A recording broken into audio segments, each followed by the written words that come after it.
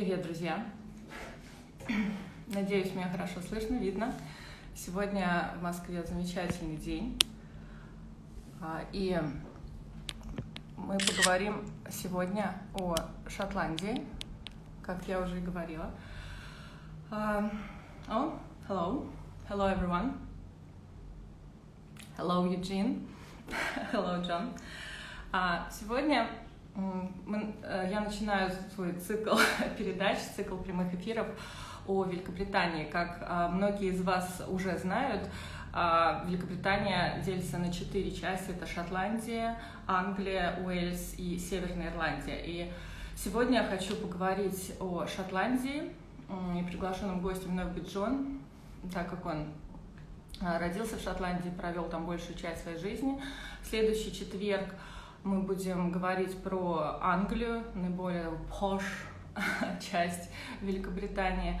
А сегодня действительно обсудим какие-то интересные факты, какие-то интересные истории о Шотландии. Поговорим, конечно, о шотландском акценте, потому что он один из самых характерных акцентов именно английского языка. И, может быть, узнаем какую-то инсайдерскую информацию.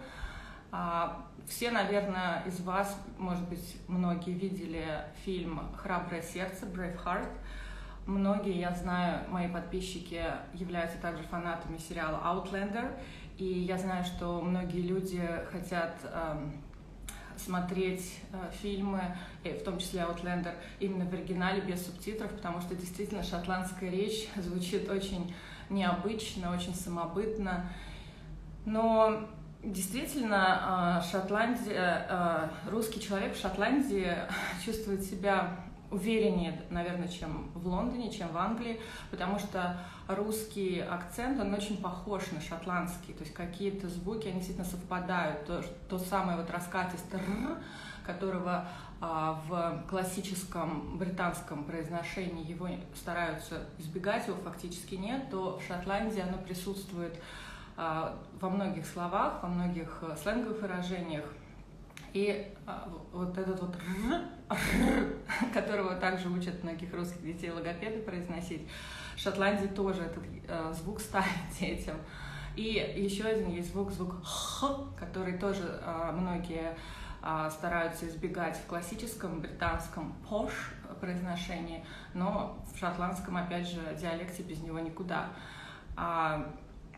Сегодня еще также поговорим о самой любимой теме, самой любимой и у моих студентов. Я знаю, что многие люди тоже всегда рады затронуть эту тему. Это тема, конечно, еды, каких-то особых блюд. Ну и, естественно, поговорим о такой абсолютно традиционной шотландской одежде, как килт. Все, что вы знали о килте, но боялись спросить. И, как я уже сказала, сегодняшним гостем будет Джон Тумьер.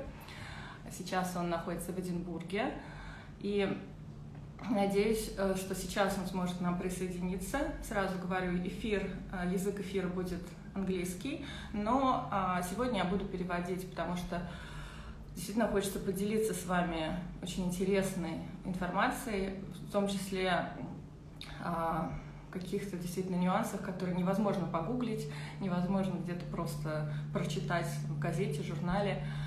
Надеюсь, что сегодня вам будет интересно и полезно.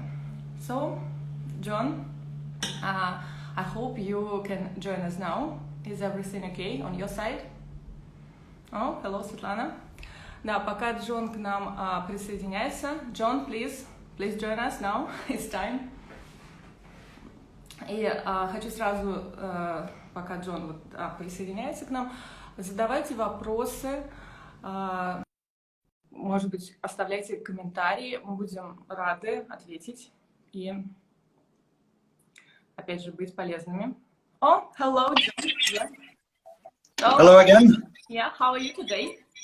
I'm very good. How are you?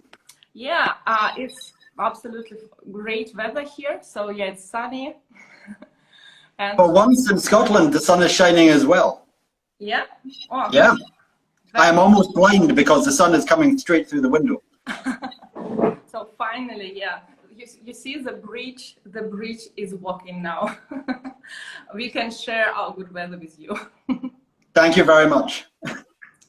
Yeah, so I just told my followers about the accents, very specific Scottish accent.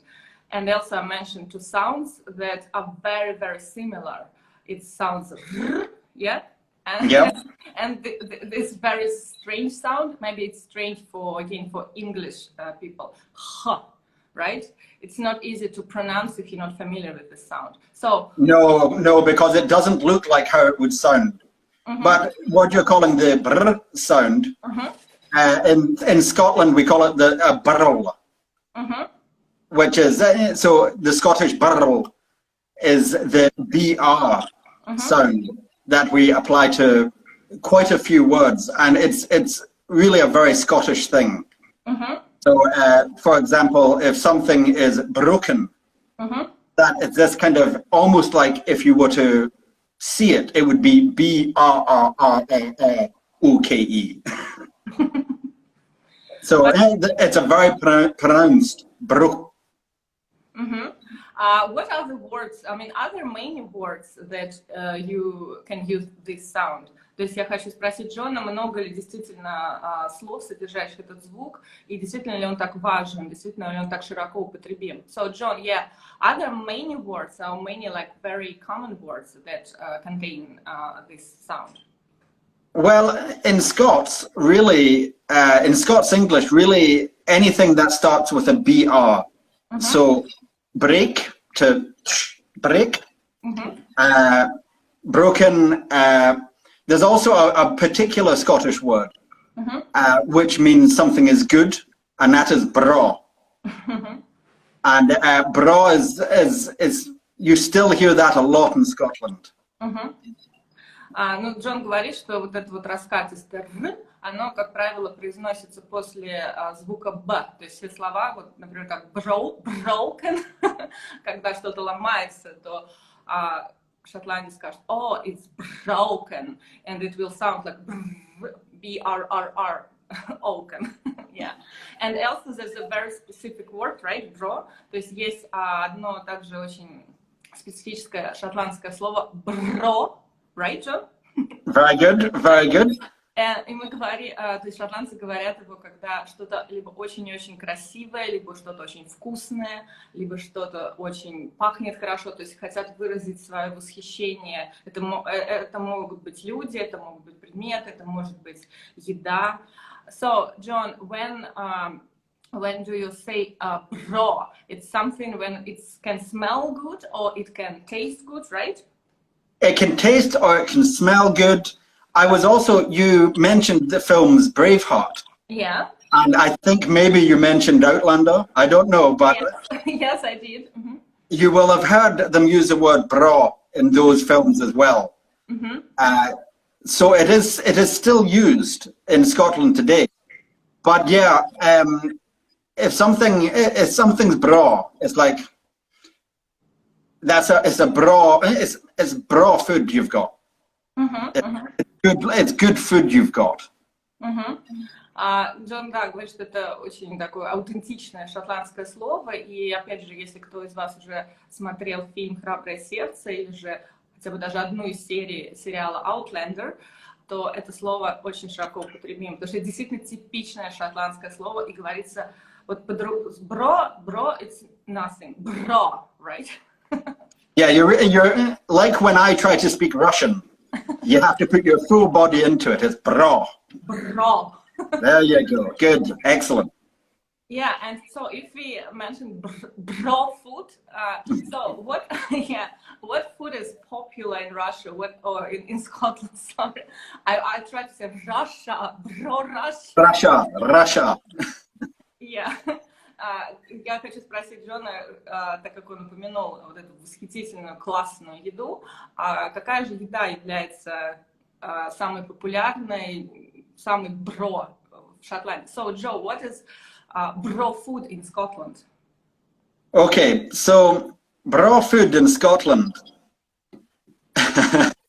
Scotland likes its food deep fried. Джон говорит, что в Шотландии это еда, которая то есть жарится, как все мы знаем, картошку фри, но в Шотландии далеко не только картошку могут жарить подобным образом. So, what food is normally fried in Scotland? Well, I'm sure most people in Russia will think about fish and chips. So fish and chips are very popular in Scotland, but not just fish. We can deep fry anything. And what do you mean anything? То есть Джон говорит, что в Шотландии действительно жарится абсолютно практически все. Ну, самое известное это fish and chips, это ломтики рыбы, ломтики картофеля жарятся на масле. Ну, вообще fish and chips это одна из таких самых, наверное, символов британской еды. До сих пор она подается, то есть до сих пор в каждом городе, в каждой деревне есть так называемый fish and chip bar. Но что же еще жарят помимо рыбы и картошки? So what else apart from fish and chips? Okay, so there is one particular thing, but I wanted to add another one. So a really very popular dish to deep fry in Scotland is a pizza. Pizza? Deep fried pizza? Deep fried pizza. And it is just phenomenal. It is the most delicious thing you can have. And what you have it is something very particular to Edinburgh, okay? Not the whole of Scotland, but Edinburgh, which is brown sauce. And so you have a deep fried pizza with brown sauce. So that's one. The other possibly stranger thing that we like to deep fry is this. Mars bar. Mars bars. So you can get these in Russia, yeah? Yeah, you know, I guess it's in Russia. There you go. There you go. Maybe after our live stream, I go to the kitchen and I try to deep fry it, but I'm not sure about the result. I would be careful with that. I would be careful. Why? Because, you know, I have had deep fried Mars bars. I've had deep fried Snickers, and I have had, if it is a chocolate bar, I have tried it deep fried. And woof, it is it is a taste. Okay, it doesn't always work. I was once in a place where you get a fish and chip. In Scotland, you call it a chippy. And the person in front of me, he ordered a deep fried pizza supper, which is the pizza and the chips with the brown sauce, and then said, "Oh, can I also have a deep fried Mars bar too?" And the Mars bar went into the same oil as the pizza and the chips, and then it went into the same box as the pizza and the chips and the brown sauce, and it was a hard night. Just to watch this, it was a hard night. And he was eating it all together. You know, Scotland is a very friendly country. It is a fantastic country, but it is not always the healthiest country. Джон сейчас говорит, что очень популярно заказывать пиццу, которая была обжарена вместе с картошкой. Также вы можете заказать батончик Марс. Но будьте осторожны, be careful, потому что этот батончик Марс будет жариться в том же масле, что до этого пицца и потом картошка. И туда же в это масло окунают батончик Марс. И, как вы можете себе представить, это, может быть, это вкусно, но определенно не полезно. Потому что deep fry is not the healthiest option, definitely. I've actually I've seen in the comments, there's a Scottish cafe has mentioned deep fried cream eggs. Cream eggs, which are chocolate covered sweets made to look like eggs. I personally, it sounds like a haunted nightmare to me. But I'm not, if it happens up in Cafe Rhubarb, if it happens up in their neck of the woods, fair enough. Да, то, что вот вы увидели мы в комментариях, пишут, что также очень популярны жареные шоколадные яйца а-ля Kinder Surprise. То есть я не могу себе представить, как можно жарить в масле киндер-сюрприз. Для меня это something, for me, it even sounds impossible. I can never imagine me trying this type of food. I promise you, if it can be deep fried, Scotland has tried it. Am I right to say that you can deep fry everything? Pretty much. There's an old joke that most Scottish cuisine was based on a dare. Yeah, it's. What is your favorite food, by the way? What's your favorite Scottish food? Yes. Honestly, I am a sucker for deep fried pizza. I do like a deep fried pizza. Deep fried mushroom pizza. Ага. То есть я спросила Джона, что, собственно, его любимое именно из шотландской кухни, и, как ни странно, это, да, deep fried pizza, то есть жареная пицца с грибами. It still sounds a little bit weird for me, you know? It is weird. It is absolutely weird. When I lived in South America and various places, I would talk about how I really, really, really wanted just a deep fried pizza. And no, people did not get it. I was in Napoli many years ago, and in Napoli, they do deep fried pizzas. But it was too healthy. It was too healthy. Джон говорит, что когда он жил в Южной Америке, то очень ему не доставало этой вот жареной пиццы, но однажды он побывал в Неаполе, я тоже была в Неаполе, и Неаполь действительно там делают абсолютно восхитительную пиццу. Это, наверное, лучшая пицца, которую я вообще пробовала когда-либо. Но Джон отметил, что в Неаполе он пробовал жареную пиццу. Я нет. Я не знаю, может быть, нужно быть шотландцем, чтобы в Неаполе найти жареную пиццу. Но Джон говорит, что она была слишком, опять же, очень легко обжарена, и для него это было слишком, как из раздела вкусная и здоровая пища. Шотландцы все-таки используют много масла, много обжарки, и итальянцы, они все-таки более, как-то, действительно, более к здоровому образу жизни склонны. I told that I've been to Napoli myself, but I couldn't find any fried pizza. Maybe if I were a Scottish girl, I would find it, but my last time I remember, all pizza was like proper pizza, not deep fried pizza. I think this was the problem. It was a proper pizza that they tried to deep fry. And, you know, in Scotland, it is not a proper pizza. It is like a frozen pizza. It's nasty. It's nasty. I love it. It's like a guilty pleasure. You know that phrase? And I do. I absolutely love it. But I can't say that when I eat it, I feel good about myself. Okay. Interesting. And can you again cook it at home, or you should go and find some bar? You need to find a chippy. You need to find a fish and chip bar. And if you were to do it at home, you would need like a vat of oil this big. And it would be too healthy at home. So the bar name is chippy. They normally call chippy, right? They're called a chippy, yeah. Yeah, nickname for fish and chip bar is chippy, right? Yeah, exactly. And these are like some of the oldest takeaway restaurants in Scotland. And they are quite particular to areas of Scotland and England as well. So I mentioned the brown sauce. So that is very much an Edinburgh thing. Okay, if you leave the boundaries of Edinburgh city centre, people won't have brown sauce just to hand. If you go to Glasgow, which is 40 miles away from Edinburgh and the second most important city, what happens is it's mushy peas and vinegar. Which, yeah, please.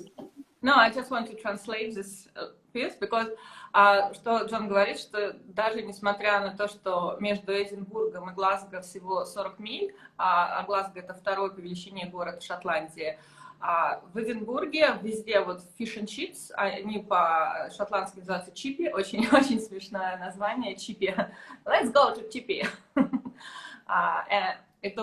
И там в Эдинбурге подают с fish and chips, так называемый коричневый соус, то уже отъезжая, то есть покидая пределы Эдинбурга, например, в Глазго, вы уже нигде не встретите этот коричневый brown соус, там уже будут вам абсолютно другие соусы предлагать. In England, I think the preferred is vinegar and something called scraps. And scraps are just a little bit of batter that are deep fried on their own, and then they are sprinkled on top.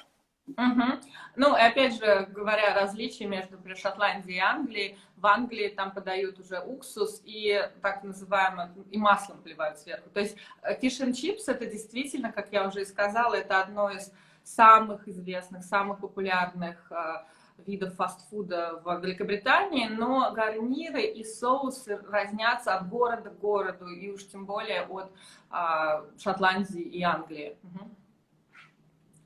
Yeah, and so again, what is the popular food that you can cook at home? Like, what is typical breakfast for Scottish? What is typical for, again, lunch or dinner? What is famous home food? Okay, so typically, okay, I'm trying not to say things that make Scotland sound like the most unhealthy place in the world, but okay, I'm going to go with a dinner. A traditional dinner in Scotland, traditionally, is, you've heard of haggis. Yes. Okay, so this is something that is absolutely eaten as part of like a burn supper. So a very special day in Scotland. But it is common to have it throughout the year as well as like your evening dinner. And haggis, if your viewers in Russia don't know, is all the parts of the animal you would not think about eating, put into a bag and boiled.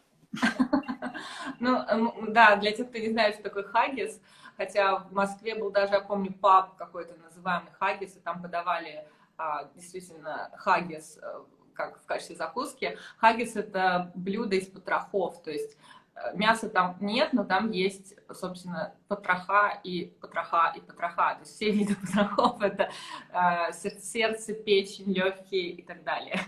Но это действительно очень популярное блюдо, которое умеет, я думаю, готовить каждая хозяйка в Шотландии. Yeah, so do you like haggis, John? You know what, I do, and I feel I have to say that I like haggis.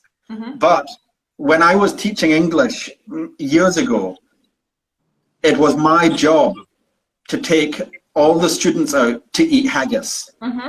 And sometimes I would have to have it 3 times a week or more. And honestly, if I'm being totally honest with you, right now, if I see another haggis, I want to run very quickly in the other direction and start crying like a little girl. Джон упомянул, когда он работал учителем, то очень часто они выходили студентами поесть куда-либо. Естественно, все студенты хотели попробовать хаггис. И Джон говорит, что это было там 2-3 раза в неделю. То есть 2-3 раза в неделю Джон ел хаггис на протяжении достаточно долгого периода времени. И несмотря на то, что он до сих пор любит хаггис, но никогда не заказывает его, если идет куда-либо, потому что он действительно переел хаггиса в свое время.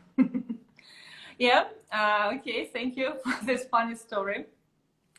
And what else I would like to ask you about another very specific Scottish like symbol, and definitely again everyone who has watched Outlander or Braveheart has already seen it. It's kilt. Yes. I knew it was going to be the kilt. Yeah. Да, сейчас я хочу задать вопрос о килте, потому что действительно первое, наверное, что приходит на ум, когда мы говорим о Шотландии, и каждый из вас, опять же, кто смотрел либо «Храброе сердце», либо «Чужестранку», либо какой-то вообще шотландский фильм, или фильм, где упоминались шотландцы, первое, что приходит на ум, это килт. И, собственно, я просто знаю, что Джон, он также в 90-е работал в магазине сувенирной продукции и также принимал участие работал вместе с командой каскадеров, которые также работали на съемках «Храброго сердца». То есть Джон, в принципе, может много нам интересного рассказать про килт. Да, то есть если у вас, опять же, есть какие-то вопросы, задавайте. То есть все, что вы хотели узнать о килте, но боялись спросить, сейчас самое время это сделать. So, John, yeah, what about kilt? What is what is it? What's it for? Okay, so the kilt is Scotland's national dress. You're right, it is absolutely an important part of our identity. There's not many other countries and not many other cultures that have this very unique kind of dress wear. And what is also, I personally really like about the kilt is, yes, you use it for formal occasions, and you'll always see people in Scotland wear it at weddings, and you'll see them wear it at special events. But if you go onto the town streets at the weekend in any Scottish city, you will see people in kilts. Not everyone, but you will definitely see some people in kilts, because we like to wear it. It is, and it looks good if you like a guy in a skirt. That's a big thing of it. But I actually have my own personal kilt here, if you would like me to show it. Yes, of course, please. So, this is my kilt. And you can see, very special here, it's got these what's called pleats at the back. And then it's flat at the front. And usually you would have what's called a sporran. Okay, and that's a bag at the front. But that is up in my attic at the moment, so I can't get it. But this is also, I would say, quite a new style kilt, okay? So from about the 1700s, Outlander time, they started with these sorts of kilts, with this, what's called tartan.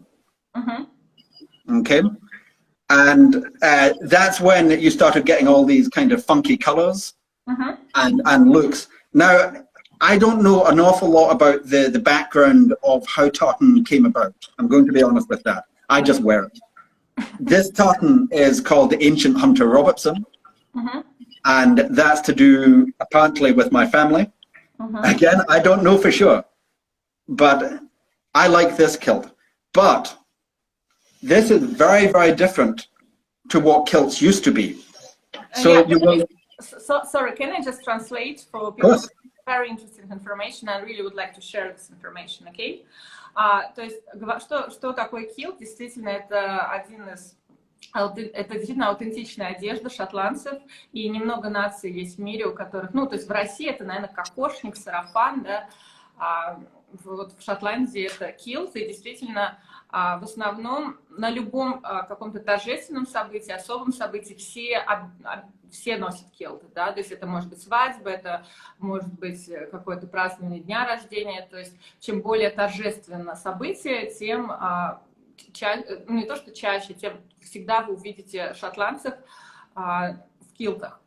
Килт это исключительно мужская одежда, женщины не носят килты.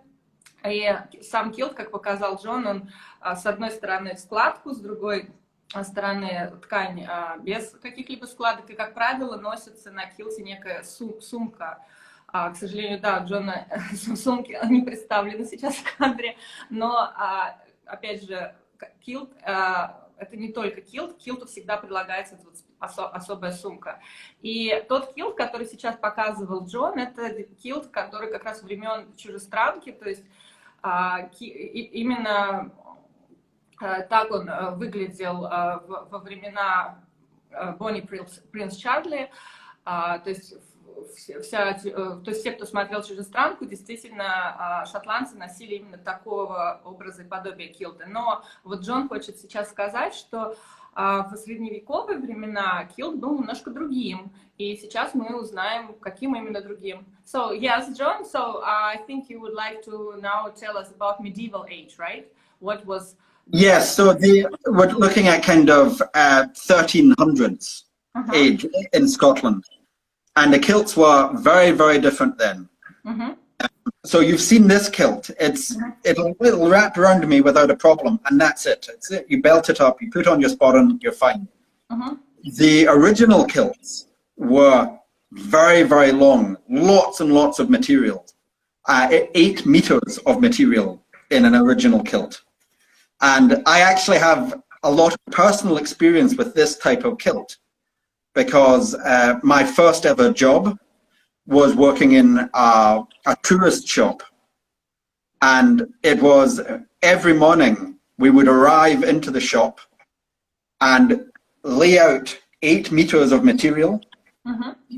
And you would put a big belt, like, you know what I mean, a belt? Yes. Underneath. And then you would put these pleats I told you about, these folds, individually in. You would put 8 of them in for this old ancient kilt. And then you would lie flat on the ground and roll up. You would physically roll into the kilt and then tie it all around you. And what this showed you, pardon? How long, how much time did you need? My first day? Yeah. A day. A day? It took me a long time to learn. And it was a small shop, and there were 8 people all trying to do this at once. I think I have to translate this as well. I think so, yeah. То есть, в чем главное отличие килта времен Средневековья, это где-то 1300-е года нашей эры, а то, что в древние средневековые времена килт был гораздо длиннее, как отрез ткани был 8 метров. Только представьте, 8 метров очень плотной шерстяной ткани. И Джон как раз упомянул его первую работу. Он работал в туристическом магазине, и ему приходилось носить именно килт времен Средневековья, чтобы его надеть. Приходилось раскладывать все эти 8 метров ткани. Каждую складку нужно было формировать вручную при помощи специального ремня. И чтобы, собственно, надеть этот килт, нужно было ложиться на землю и вот буквально вот так вот кататься по земле, заворачивая себя в этот килт. И в магазине было 8 сотрудников, 8 сотрудников, которые были, это, опять же, была их униформа, то есть представь себе 8 шотландцев вот так катаются по земле, заворачивая себя в 8-метровую шерстяную ткань. Я даже, опять же, пытаюсь это представить, для меня это очень смешно, как-то в голове выглядит. Ну, Джон тоже говорит, что сначала это было очень сложно, пришлось привыкать, но, тем не менее, этот туристический магазинчик был за аутентичность, и это были времена как раз, когда на экраны вышел вот «Храброе сердце», и хозяин магазина, да, владелец бизнеса, он был очень-очень строг именно вот в вопросах аутентичности. То есть, если мы носим килт, то мы носим килт такой же, ровно в котором ходил весь фильм Мел Гибсон. Yeah, so again, as I can see, it was extremely hard just to wear a kilt, right? It was. I should also explain that the shop I worked in, it was actually all the people there were stuntmen, and they worked on Braveheart. And all these guys were big guys. And I was very, very small. I was 16 and I looked like a toothpick. I looked like this. And trying to do this action of rolling when all the people around me looked like superheroes. It was very, very difficult and quite embarrassing. But the thing about those kilts is there was so much extra material that they were used traditionally for all sorts of things. So it's like when you would finally belt it round, you still had meters of material all around you. So you could pull it over here, and in Scots it's called a plaid. So it's put over here and belted with something a little bit like this. So this is called a kilt pin, and you put a plaid pin in it. And it could be pulled over your head to protect from the rain, because it was made with natural wool from sheep. So it had oils on it to protect you from the rain. And then, women with their kilts, they would hold their children in it.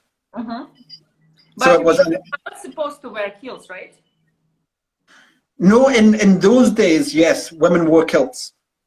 In medieval age, women... In the medieval age, women wore kilts. Things changed a lot from the 17th century. That's a history lesson that I can't give you right now because there's like 400 years worth of history. But things changed a lot from then. But before that, the kilt was a really, really vital part of the Scottish outfit. Очень тоже интересная информация, что очень много поменялось со времен Средневековья. И, как я уже говорила, сейчас только мужчины носят килты. Ну, начиная с 17 века это была исключительно уже только прерогатива мужчин. Но, опять же, во времена Средневековья и женщины носили килты, потому что килт это была не просто одежда, то есть этот 8-метровый отрез ткани, шерстяной ткани, он мог использоваться женщинами, например, как сейчас модные слинги. Очень удобно, да, обернулся, покатался по земле, хоп-хоп, ребенка, и идешь дальше за грибами. Это также воины могли использовать его как палатку, как одеяло, укрываться. То есть килт это был неотъемлемой частью не только гардероба, это была неотъемлемая часть жизни как шотландцев, так и шотландок. И поэтому, ну, сейчас это, да, сейчас это только одежда. Ну, хотя, наверное, если вас застала гроза в лесу, вы можете как-то им использовать в качестве зонтика. Не знаю. Yeah, it's a very interesting story about kilts. Do you have any other actually stories about this Braveheart? Because it's super popular film, I think, all over the world. Я хочу спросить Джона, может быть, так как он работал действительно с командой каскадеров, которые принимали участие в съемках «Храброго сердца», и вот хочу узнать, может быть, тоже есть какие-то истории, связанные со съемками, может быть, какие-то истории, связанные с каскадерами. So maybe you can tell us some interesting story about the stunt team, maybe. Yeah, I have one which I am particularly proud of because it is always a really fantastic memory for me. So when I was 16 and I was working with this group of people, they would also reenact battles in stadiums for people. They are a famous team because of their work with Braveheart. And on one year I was taken with them to Stirling, which is another town, a very important town in Scotland. And they have something called Highland Games. These are big things in Scotland. And these Highland Games, they were hired to reenact a famous battle from Braveheart era. And I was sitting there with the boss of the company. Now, the boss of the company actually was the man who taught Mel Gibson how to use his sword for Braveheart. That was my boss. Yeah, I should translate this, okay? То есть Джон, как я уже говорила, работал с командой каскадеров, принимавших участие в фильме «Храброе сердце», и владелец, собственно, этого магазина, этого бизнеса, он был как раз тем самым шотландцем, который ставил руку Мелу Гибсона, когда учил его держать меч правильно, как вот истинные шотландцы держат меч, то есть он ставил большинство трюков именно с участием меча. Так что, если у вас будет время пересмотреть «Храброе сердце», теперь будете знать, что Мела Гибсона этому всему обучил вот хозяина сувенирного бизнеса, в который Джон работал, когда ему было 16. И Джон, я так понимаю, тоже давал уроки владения мечом. И также эта команда каскадеров, она принимала участие во многих реконструкциях. Я знаю, что реконструкции также и в России очень популярны. Ну, в Шотландии это тоже является одним из особенностей национальной культуры. Реконструкция это происходит достаточно часто, тоже уделяется этому достаточно много времени. И Джон, соответственно, был как и участником, так и зрителем. So, I have to remind you again, at 16, I was very small. I was a very small boy. And I was surrounded by these monster men And so my boss, he was the main person, okay? And he would fight with another monster of a man using giant swords. They're called claymores, okay? This is the thing Mel Gibson fought with, 6-foot-long swords. And so they would fight in the middle of the stadium and people would watch them. And so I was sitting and my boss's wife came to me and went, "John, are you ready?" And I didn't know what I was meant to be ready for. I went, and I said, "What, do you want me to get some drinks?" And I went, "No." And she went under a bench and pulled out a huge war hammer. Да, то есть однажды Джон как раз был зрителем, участником одной из реконструкций, и Джон опять же упомянул, что ему было всего 16, он был очень худенький, очень маленький, такой фактически подросток, а все, как вы понимаете, каскадеры были достаточно такими а-ля Тор выглядящими. И хозяин, он был, хозяин этого бизнеса, он тоже был достаточно мускулистый, крупного, атлетического телосложения мужчина. И в ходе реконструкции все они дрались на мечах, огромных мечах, 6-футовых мечах.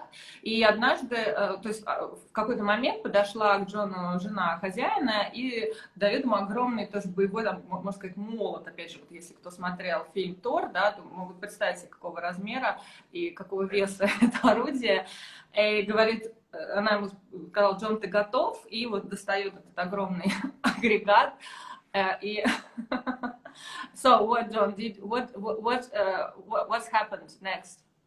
So then his wife, her name was Mer, she handed me this mallet, this hammer that was the same size as me and weighed about the same amount. And she said, "Right, take this and go and hit the boss, hit your boss on the head."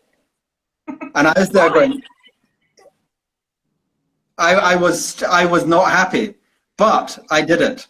And I remember dragging this hammer across this field at Stirling, and the crowd, okay, the crowd just went, "Yay!"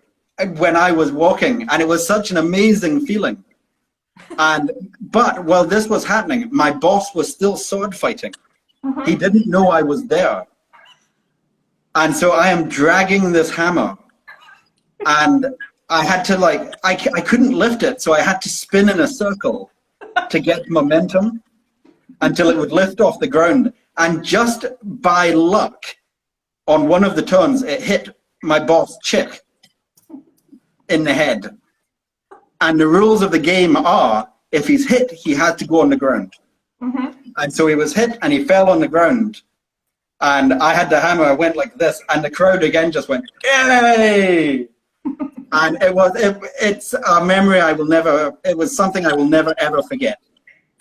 Yes, very funny story. То есть в ходе, опять же, этой игры, реконструкции, жена хозяина дала Джону этот молот, даже по-другому не знаю, как его назвать, который был абсолютно такого же размера, как рост Джона, и весил, наверное, столько же.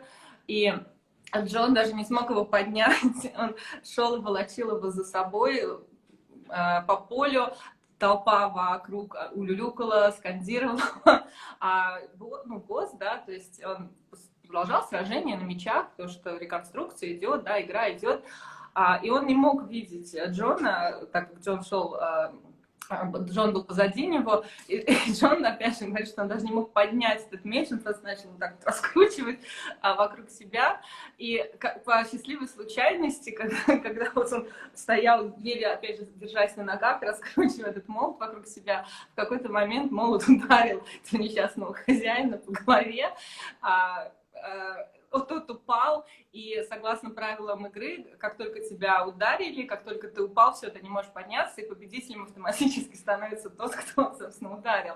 И Джон говорит, что до сих пор это один из самых запомнившихся моментов в его жизни, один из самых таких и смешных, и счастливых одновременно, потому что наконец-то Джон смог поднять этот молот двумя руками, и он помнил, как толпа кричит там «Ура, ура, ура!», там, «Победа, победа!». И Джон, да, действительно говорит, что это одно из самых таких необычных воспоминаний юности. Yes, John, it's a very, very funny story. And, yeah? I was going to, do you have any other questions? Друзья, если у кого-то еще какие-то вопросы, может быть, про килт, может быть, про жареные, опять же, батончики, сникерс, марс, или что-то еще, что такое очень специфическое, шотландское. Либо, может быть, кто-то хочет узнать больше про Highland Games, это, очень популярные игры в Шотландии, в которых принимают участие в основном мужчины. By the way, about Highland Games. Again, only men can participate, or women as well? No, I think women can now participate. I don't know for sure. I mean, traditionally it was very much a male thing. But I think now you can have female competitors. What traditionally women did was a Scottish sword dance. And that's where, because my own mother used to do this. You would get two swords like this and put it on the ground. And this Scottish dance was, you would have to put your feet in between the blades of the swords. And this was the dance that young girls and young women did in Scotland for many years. Ну, я была, в общем, права в своих догадках, что Highland Games это изначально была игра, развлечение для мужчин, игры для мужчин, а женщины в Шотландии не соревновались, но всего лишь танцевали между мячами. Это со стороны, конечно, это очень увлекательное зрелище. И Джон говорит, что его мама также принимала участие вот в таких танцах не с мячами, но между мячами, и нужно быть действительно очень подкованным, да, прежде чем начинать танцевать между настоящими мячами. I would say the other thing that maybe is more recognizable for people not from Scotland with the Highland Games is tossing the caber. And a caber is basically the trunk of a tree. So remember, historically there were a lot of forests in Scotland, and people were bored. So they would just start throwing trees. And so you would grab the tree like this, and you have to throw it. I can't remember if it's behind you or in front of you, but the competition is to throw it high so that it completely turns. And that's a very famous Scottish Highland Games sport. And do people still take part in such competition? Oh yes, yes. These are huge events in summer across Scotland. Obviously, this year things have been very different. But yes, every year you can do trails across Scotland, going to all the different Highland Games. Ну, еще, да, одно из популярных забав в Шотландии – это метание бревна, метание бревен. Как Джон сказал, что в Шотландии очень много лесов, и когда шотландцам становилось скучно, они шли в лес, рубили себе бревна и начинали ими кидаться. Именно так происходит до сих пор. Это национальный вид спорта, особенно среди горцев. И если вы когда-либо решите путешествовать по Шотландии, то в каждом районе, в каждом округе Шотландии летом проводятся Highland Games, где вы можете увидеть, когда от нечего делать шотландцы просто кидаются бревнами друг друга, посадить. Да, национальный спорт Шотландии – это кидание бревна. Yes, it's very, very fun, again, a very unusual kind of sport. Yes, well, it's an unusual country. I know, I'm from there. Yeah, and I think even if you Google this, you'll find a lot of funny pictures. Да, Yes. вы можете погуглить метание бревна Шотландия, и Google выдаст вам огромное количество как видео, так и фотографий. Вы можете действительно увидеть, что это до сих пор очень популярно, и в наши дни тоже. And what about this year? Because of this COVID situation, what do you think? Were there any Highland Games this summer? I do not think there were any Highland Games this year, which is the first time in a long, long time there will not have been any Highland Games. Okay. Like many things, and many of these sorts of events in Scotland and across the world, everything just seemed to have to take a break. Да, то есть я спросила, были ли этим летом проводились Highland Games в Шотландии из-за пандемии. Ну да, естественно, нет, к сожалению. Поэтому все картинки, которые вы нагуглите, это будут относиться вплоть до лета 2019. Oh, John, I have a question from Eugene about food. Yeah. Hello. He asked what kind of meat is popular. What kind of meat do Scottish prefer? Beef, usually. Usually it's beef. I mean, even so, you know, a sausage. Yes. So, you know, different. I mean, it will be the same in Russia, depending on where you are in your country. Some people prefer different meats to their sausage. So in England, traditionally it's pork. But in Scotland, usually it's a beef sausage. So beef is the big thing. And you know those red-haired cows? The Angus cows? Yes. Angus beef is one of the best beefs that we have. Red hair, a little bit like me. And a little bit like you today. Don't eat me, please. Да, Евгений, спасибо большое за вопрос. В Шотландии это говядина. Причем есть особый вид коров, их мясо называется Angus beef. Они такие вот красные лохматые коровы. И действительно, да, шотландцы очень любят говядину. И если, например, вот опять же говоря об Англии, там все-таки больше они по свинине. А вот шотландцы, да, коровы, рыжие коровы, Angus beef. Yes, John, thank you. Could I ask a question? Yes. What's the most common meat in Russia? I think pork and beef as well. So beef is like more healthy, you know, and so everyone who wants to have a healthy diet definitely go for beef. But still, pork is super popular, especially again in summer, because people grill pork. We have this barbecue, a lot of barbecues everywhere. It's like everyone who has dacha definitely has barbecue outside, like every day or twice a day. Yeah, barbecues in Scotland are so difficult. I mean, you will invite people around to your house saying, "We're having a barbecue," and they turn around, they turn up. You have all the meat ready. You have the barbecue going, and then it rains. I mean, I guarantee you, every single person has had a barbecue, or most barbecues, that the rain has happened and you end up cooking inside.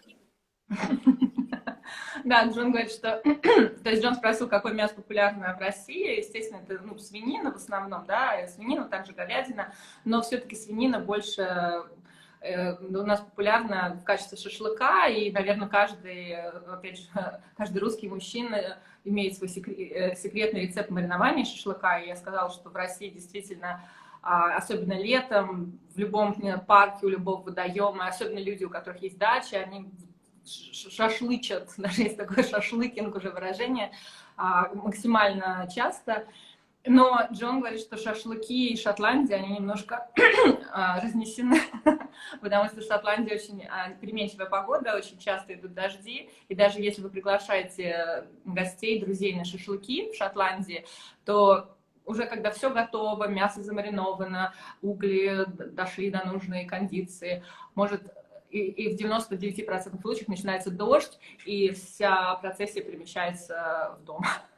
Поэтому жарить мясо на открытом огне в Шотландии это можно, но очень редко делать.